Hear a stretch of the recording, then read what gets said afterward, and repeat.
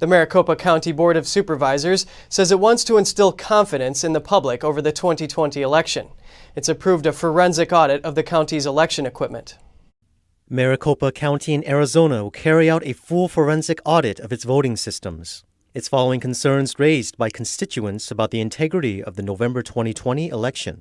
The chairman of the County Board of Supervisors addressed these concerns. Regardless of how we got where we are today, there are a number of people now that have serious doubts about our election process, and people that I care about. Supervisor Bill Gates said concerns largely feature around the county's tabulation equipment. It's clear that there are still questions out in the community.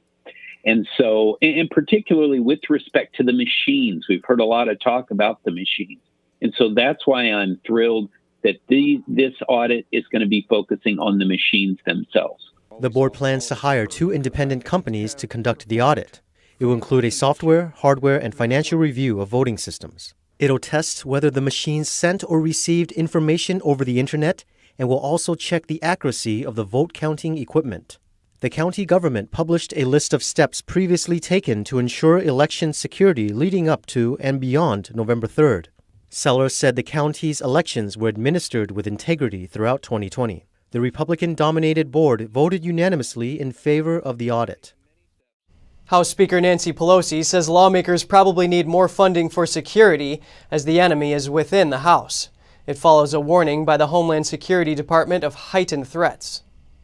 I do believe, and I have said this all along, that we will probably need a supplemental for more security for members when the enemy is within the House of Representatives.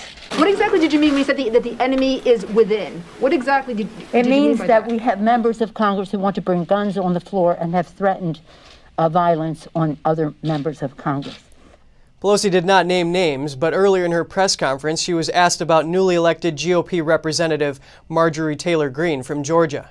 Greene has come under scrutiny this week for online comments she posted before taking office. She made comments defending Second Amendment rights, among others. Her Facebook page allegedly liked a comment that suggested violence towards Pelosi. Greene, in a Twitter post, said different people have managed her social media pages in the past, and some of those posts do not represent her views. President Joe Biden is following through on one of his campaign promises to create a commission to examine possible Supreme Court reforms, though some call it a step towards court packing. Biden is under pressure from his party's base to pack the high court with additional justices. News that planning for the commission is underway comes after Republican Senator Shelley Moore Capito introduced legislation to limit the Supreme Court to 9 justices. That's the numerical cap that has been in place for well over a century.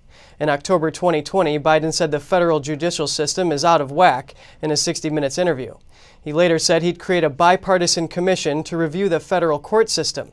Former President Franklin D. Roosevelt tried to pack the Supreme Court in the 1930s, but lawmakers from his own party viewed it as extreme when the public expressed its disapproval.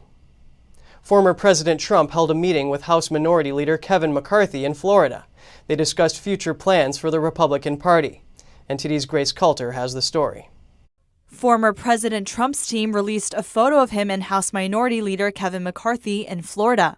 Trump's Save America PAC team said the pair had a good and cordial meeting at Trump's Mar-a-Lago resort in Palm Beach. The two discussed a number of topics, but the top priority was taking back the House for Republicans in the 2022 midterms. They didn't elaborate on which candidates they intend to promote. The statement said, Trump's popularity has never been stronger than it is today, and his endorsement means more than perhaps any endorsement at any time. Trump will now work with McCarthy on boosting the GOP in the House races. And appearing on Fox News, former Trump campaign manager Corey Lewandowski said Trump would be involved in supporting primary challenges against the 10 Republicans who voted to impeach Trump earlier this month. Reporting by Grace Coulter, NTD News.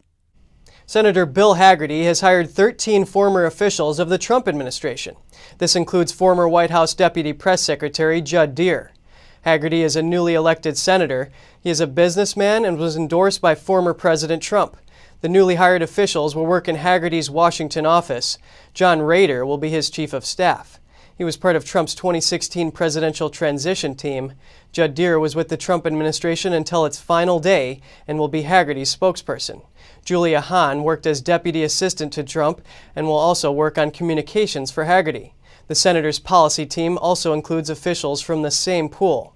The announcement comes as a number of leftist groups urge firms not to employ the former staff of Trump's administration. A member of the Trump administration has founded the Center for American Restoration, hoping to carry on the former president's legacy of America First.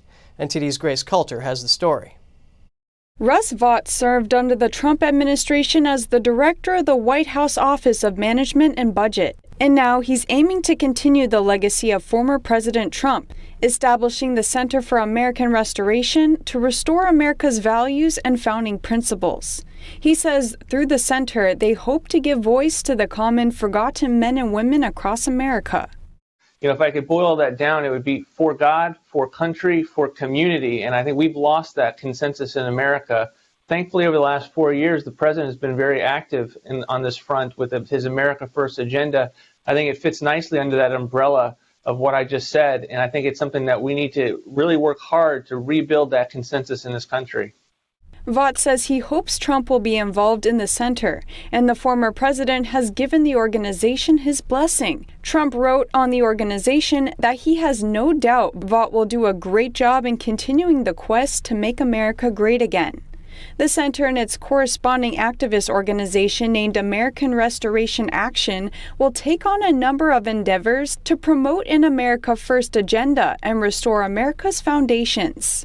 Whether that is on voter integrity reform, whether that is reform of big tech oligarchs, and trying to ensure that those platforms are not used to cut off legitimate conservative speech. And really, if you just take those two issues as our first two, we're really going after the things that will allow us as a constitutional republic to allow Americans to participate in the political process and to get their views across.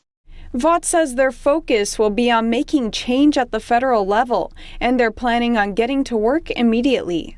The Biden administration is going to give us many opportunities, unfortunately, to have to confront and provide accountability to the federal government immediately. In a time when conservative American values are under attack like never before, Vought wants Americans not to lose hope. Vought says, thankfully for America, spring is coming. A restoration is coming. Reporting by Grace Coulter, NTD News. Republican Congressman Matt Gaetz is calling for GOP Rep Liz Cheney to step down from office during a rally in the state that elected her to Congress. I'll confess to you, this is my first time in Wyoming. I've been here for about an hour, and I feel like I already know the place a lot better than your misguided representative, Liz Cheney. Gaetz told the Wyoming crowd that Cheney has only done two things while in Congress. One is to frustrate President Trump's agenda, the other to sell out to the forever war machine. Cheney faced strong pushback after joining Democrats to impeach then-President Trump earlier this month. House Republican leader Kevin McCarthy says she didn't reveal what she was planning with the Republican leadership. Gaetz urged the crowd to vote her out of office in 2022. Donald Trump Jr. called into the rally by phone in support of Gaetz' message. Cheney has defied calls to step down from the leadership team, and others have come to her defense. One of President Biden's recent actions was abolishing the previous administration's 1776 Commission, calling it offensive. But what was the 1776 Commission? The person who spearheaded the project spoke on American thought leaders about the commission and why it was created. In November of last year, President Trump signed an executive order to establish a commission that would revisit the nation's birth and reunite Americans around its founding principles. The 1776 Commission explained the importance of the ideas and principles inscribed in the Declaration of Independence, one of them being that all are created equal. It also addressed concepts that challenged those principles, including slavery, fascism, and communism. Another challenge is identity politics, the idea that society should be run based on a person's race, gender, or other group identity. Dr. Matthew Spalding, the director of the 1776 Commission, said identity politics is akin to John C. Calhoun's concept of group rights, which he used to defend slavery. Historically, once we start going down the road of group rights, that tends to be problematic because one group might have rights today, but they might not have them tomorrow, and it might change. We'd prefer it to be grounded in an intellectually and kind of a morally firmer ground in a idea that is just inherent in human nature. That's what the founders did. That's the great advantage they gave us. The commission was supposed to release a series of reports for 2 years, but President Biden banned it from the White House. He said it was offensive and counterfactual. Spalding said the commission's report struck a nerve. I think the new administration wanted to go in a different direction when it came to policy matters, in terms of, say, equity within the federal government, which I believe is what the executive order was really about. But in order to get there, they had to kind of separate out and kind of cut off at the knees, if you will, this other argument, which is the commission's report and the commission itself. Critics of the 1776 Commission said it was inaccurate and that America is based on a lie. They argue America's founders did not help in the ending of inequality, and neither did they intend to. But the Commission reports that figures like Abraham Lincoln and Martin Luther King refer to the principles of the Declaration in their efforts to end racial injustice and build a more perfect union. That was the principle that informed not only abolition, and the movement against slavery begins in this country. That it later informs women's suffrage, the early civil rights movement, the pro-life movement today, anti-communism. It's all informed by a look back to the principle. And that really is the driving force of American history, which led to our great success. Spalding said that by abolishing the commission, they actually drew more attention to it. The commission is still available at Hillsdale College's website and other institutions. Don Tran, NTD News. Thousands of National Guard troops are remaining in D.C. until mid-March, but the mayor of the city now says she doesn't want their presence to be long-term. In a series of tweets on Thursday, the Democratic mayor makes clear her intention that troops and fences in the capital city will not be permanent. Mayor Muriel Bowser of Washington, D.C. says there are upcoming volatile events that will require extra security. Fences and troops will be needed for such events. But she adds she will not accept extra troops or permanent fences as a long-term fixture. When the time is right, she says, fencing around the White House and the U.S. Capitol will be taken down. She also wants to make sure that proposed security installations will not intrude into local neighborhoods. It is unclear, however, when she thinks it is the right time to take them down. The mayor's comments come after the Capitol Police Chief earlier that day said the Capitol building needs a permanent wall. The police chief cited chaos at the Capitol on January 6th as to why she believes permanent fencing is needed to protect Congress members. Online trading platform Robinhood has reversed course on banning certain stock buys, including GameStop. But despite that, small investors are outraged and they're pushing back. Small investors accuse online stock trading platform Robinhood of manipulating the market in favor of hedge funds. But Robinhood's CEO says that's not true. I want to be 100% clear. This decision was not made on the direction of any market maker or other market participants. This is a Robinhood decision. He says they've never seen anything like it before. A small number of stocks going viral on social media, so they shut down purchases of GameStop and several others because of market volatility. We had to make a very difficult decision to protect our customers and our firm, but we in no way do anything but protect it. But small investors disagree. 29-year-old J.J. Buckner says Robinhood shouldn't have prevented them from trading. Robinhood is not my mom and dad, and they can't tell me when I can and can't trade.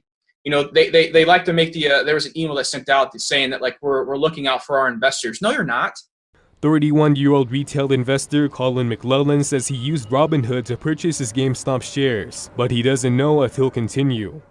But after what they did today, I just don't see how you could have any trust in them when they literally lock your funds. He says a lot of people feel like the government wasn't there for them or small businesses in 2020, while corporations and Wall Street got bailed out. At this point, like I said, I don't care about what my financial return is. Now it's about sticking it to the man. Robinhood is now allowing limited buys of GameStop and others. Britain is banning direct passenger flights from the United Arab Emirates from Friday. It blocks the world's busiest international airline route from Dubai to London.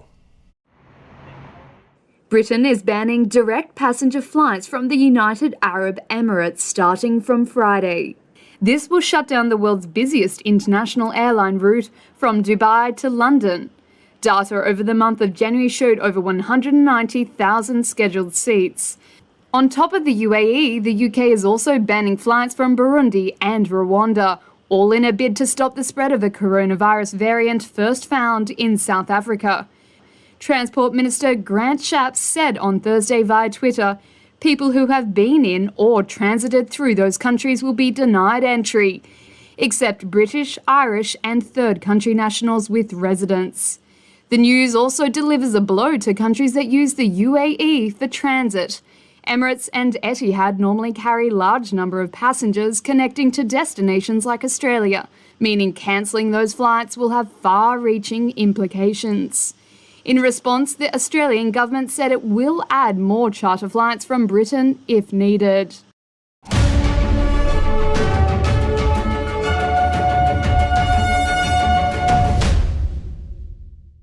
Hi, we're happy to announce that you can also catch us on cable TV now. Millions of households already choose us as one of their trusted news sources, and you can too.